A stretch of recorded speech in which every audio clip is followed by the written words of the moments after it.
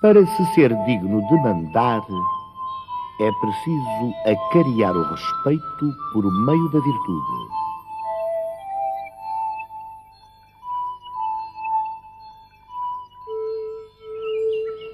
Este é um dos poucos locais de Macau onde ainda existe uma construção do século XVIII de matriz bem portuguesa. É a igreja do Seminário de São José, que começou a ser construída em 1746.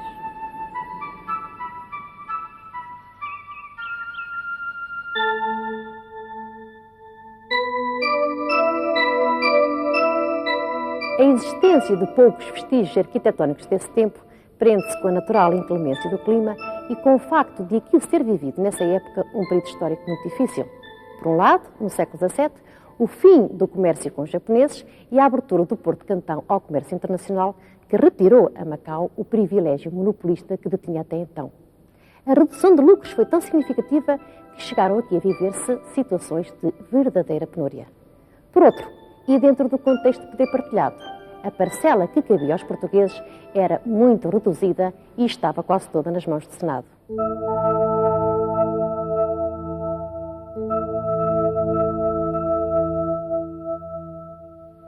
O papel do governador estava confinado às funções militares. A grande fatia de poder, essa pertencia de facto às autoridades chinesas, que controlavam praticamente toda a vida em Macau. Por exemplo, a mínima tentativa de construir uma casa ou de reconstruir uma outra já existente sem a prévia licença de mandarim era imediatamente reprimida. No entanto, a explicação para a existência desta igreja construída pelos jesuítas poderá relacionar-se com o prestígio e o estatuto especial que estes padres mantinham na corte de Pequim devido aos conhecimentos científicos e tecnológicos e ao domínio da língua e da cultura chinesas.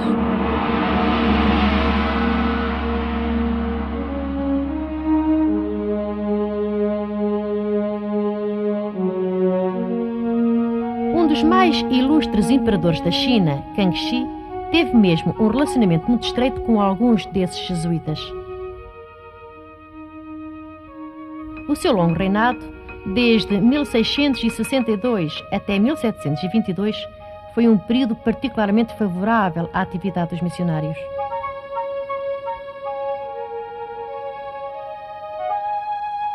Fez decretar, em 1692, o Édito da Tolerância, que permitia a liberdade de culto e estimulou muito o intercâmbio cultural entre o Ocidente e o Oriente.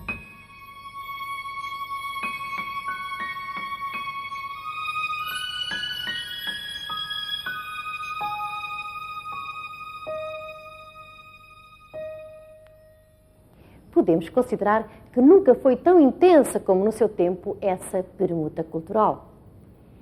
E a sistematização geral do conhecimento que teve lugar na Europa no século XVIII também aqui na China se faz sentir através da publicação de muitos livros, como o Grande Dicionário Imperial, a Enciclopédia de Literatura, o Dicionário de Rimas, a coleção de ensaios famosos e a coleção de ensaios de historiadores e de filósofos, o que prefaz um total de 662 tomos.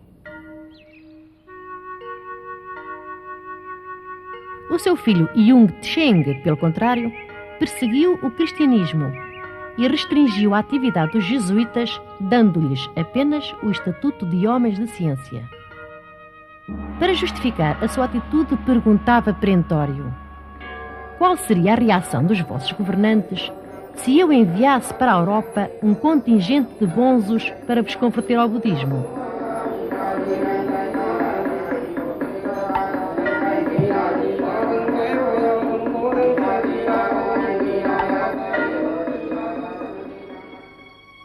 Este imperador fez publicar uma obra chamada Amplificação do Santo Decreto.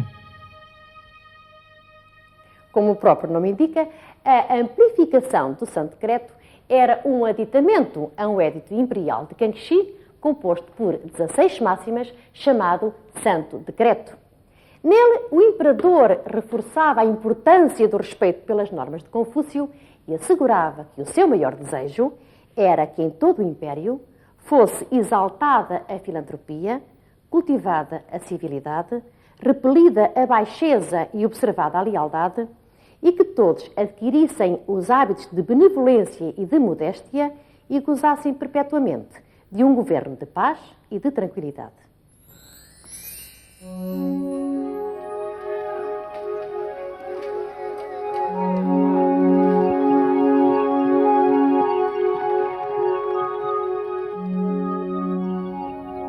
Yun Cheng considerou essencial desenvolver e amplificar o texto de Santo Decreto, com o objetivo de fazer vincar o valor dos preceitos confucianos e relembrar as tradições da cultura chinesa. Por exemplo, na primeira máxima presta-se homenagem a um dos princípios basilares do confucionismo, a piedade filial. Cultivai a piedade filial e o amor fraternal a fim de dar a devida importância às relações sociais. A piedade filial é lei imutável do céu, princípio da justiça na terra e obrigação do povo. Quem é bom filho será bom irmão. Quem é bom filho e bom irmão será nos campos cidadão pacífico e honesto e nas fileiras guerreiro, leal e corajoso.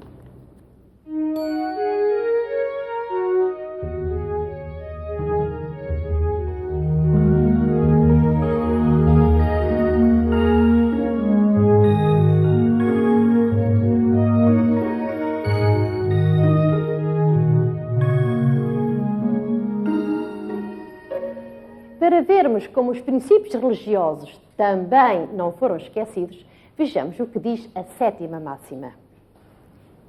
Vieram dos tempos antigos 3 religiões: o confucionismo, o taoísmo e o budismo. Repeli os princípios heterodoxos a fim de exaltar a verdadeira doutrina. As doutrinas falsas que seduzem as multidões não são toleradas pelas leis. Para castigar esses charlatães e seus depravados artifícios, o Estado tem leis penais. O fim para que o governo faz leis é impedir que o povo pratique o mal, guiá-lo para o bem, repelir as heresias, exaltar a verdadeira doutrina, afastar o perigo e assegurar o sossego.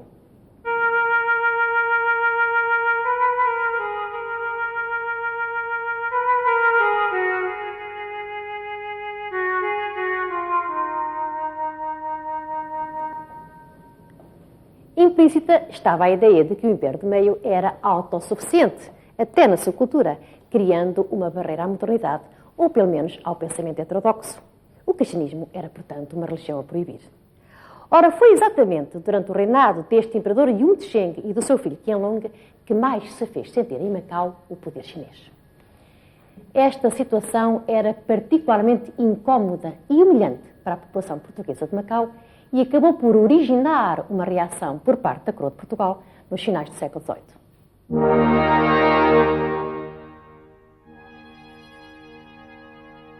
Sabemos que a partir de meados deste século se afirma o conceito de soberania, o que explica que a rainha portuguesa Dona Maria I tenha tido em relação ao estabelecimento de Macau uma política muito especial. Em 1783, no intuito de acabar com a deplorável decadência do território, promulgou uma série de medidas conhecidas por providências régias.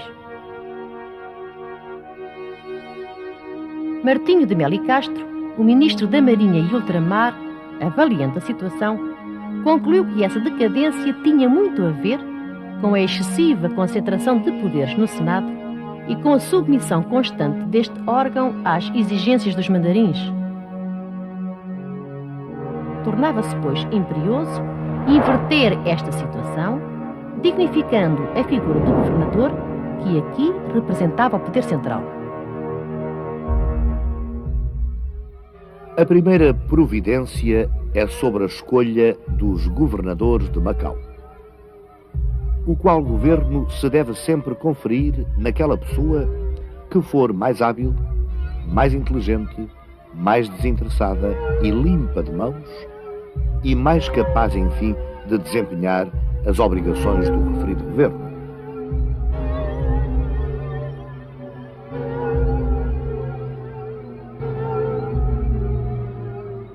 O Os meios que permitiriam dignificar a figura do governador estavam referenciados na segunda providência, que determinava que a frágil guarnição militar de Macau fosse substituída por uma companhia de 150 soldados vindos de Goa, verdadeiramente operacionais.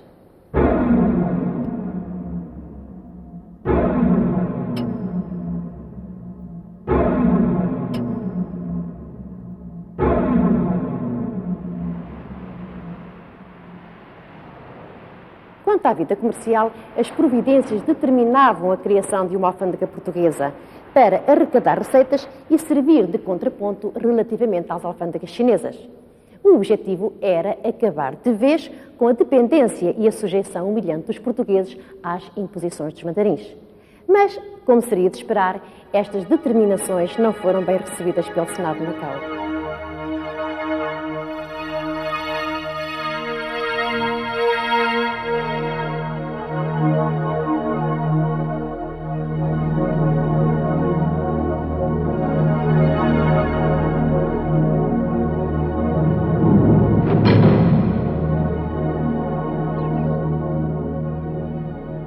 Esta instituição tinha relações privilegiadas com o Império. Era mesmo o único órgão de poder reconhecido pelas autoridades mandarínicas que exerciam jurisdição direta sobre o território. Ora, as providências régias vinham permitir ao governador o direito de intervir em todos os assuntos da cidade e de vetar qualquer decisão do Senado. No entanto, o clima de instabilidade política que se vive na Europa na viragem do século dificulta na prática a concretização destas medidas.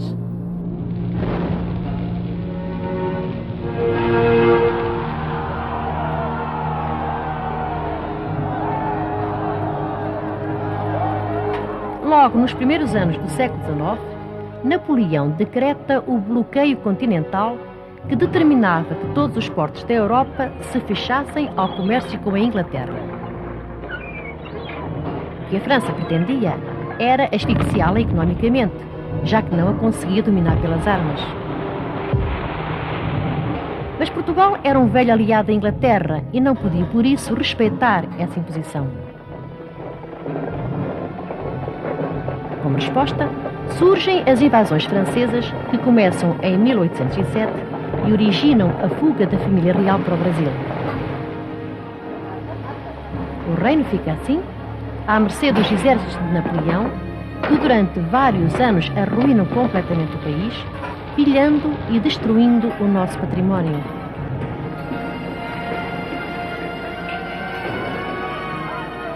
Com a ajuda das tropas inglesas, Portugal consegue finalmente livrar-se dos invasores, ficando, no entanto, sob a tutela da Inglaterra. Mas os ideais de liberdade, igualdade e fraternidade trazidos pela Revolução Francesa deixaram sementes que contribuíram para o eclodir do liberalismo.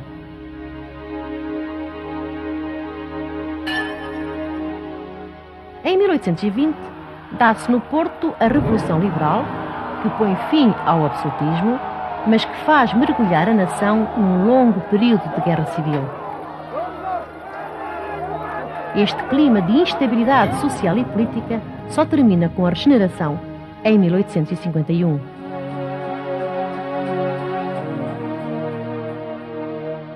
Durante este meio século, este pequeno e longínquo território do sul da China não constituía certamente preocupação fundamental para um país em dificuldades.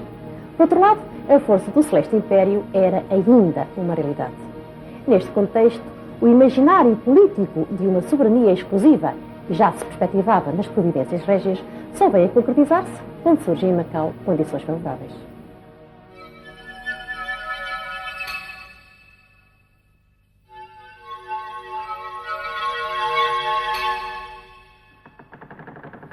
O século XIX marca a entrada pela força das potências ocidentais no Celeste Império. A Inglaterra, como se sabe, foi a nação que abriu as portas da China à fixação dos estrangeiros.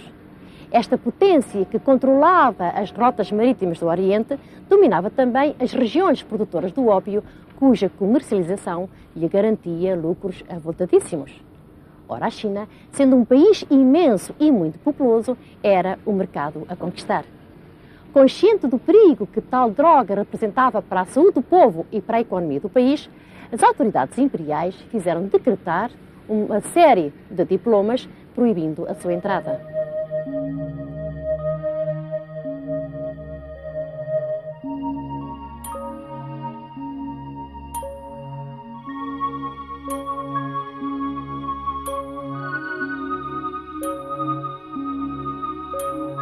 Estas medidas não resultaram porque a droga continuava a entrar através do contrabando. Nestas circunstâncias, é então nomeado o comissário Lin para fiscalizar a proibição do comércio do ópio a partir de Cantão, o porto mais vulnerável à entrada desse produto.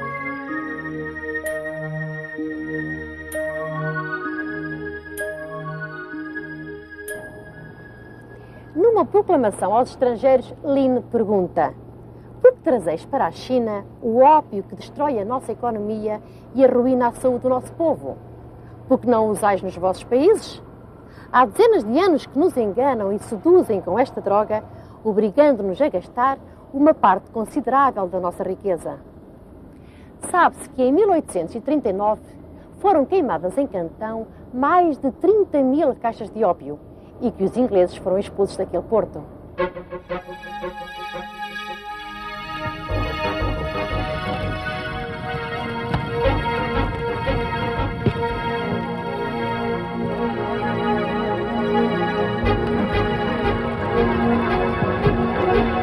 E foi neste clima de tensão que teve origem entre 1839 e 1841 a Primeira Guerra do Ópio, que terminou com a vitória da Inglaterra.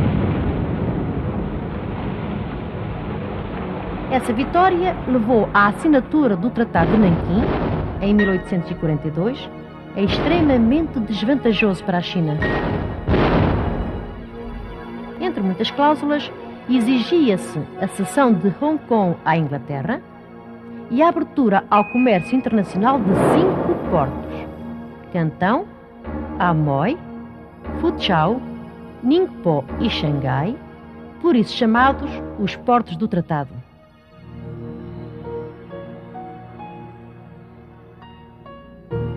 Hong Kong, ao lado de Macau, uma ilha rochosa e praticamente desabitada, depressa adquire estatuto de grande porto comercial. É declarado Porto Franco, atraindo assim muito do comércio de mercadorias desta área geográfica.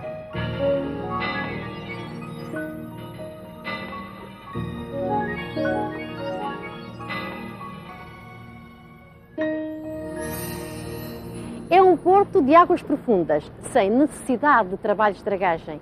E esta condição natural, aliada à eficácia administrativa dos ingleses, vai ter reflexos em Macau.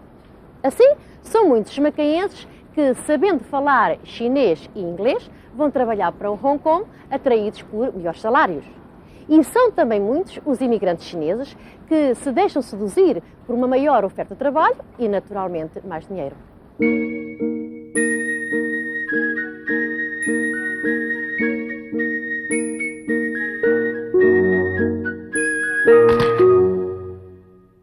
O movimento do Porto de Macau começa a enfraquecer, incapaz de competir com a pujança da colónia inglesa. E nesta conjuntura, Portugal resolve tomar medidas para enfrentar esta nova situação.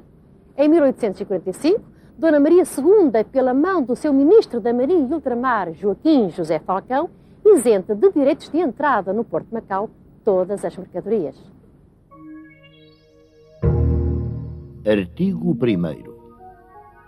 Os portos da cidade de Macau, tanto o interno, denominado do Rio, como os externos da Taipa e da Rada, são declarados portos francos para o comércio de todas as nações e neles serão admitidos a consumo, depósito e a reexportação todas as mercadorias e géneros de comércio, seja qual for a sua natureza. Artigo 2º. Todos os géneros e mercadorias importados nos ditos portos, sob qualquer bandeira, ficam absolutamente isentos de direitos de entrada passados 30 dias depois da publicação deste decreto na cidade de Macau.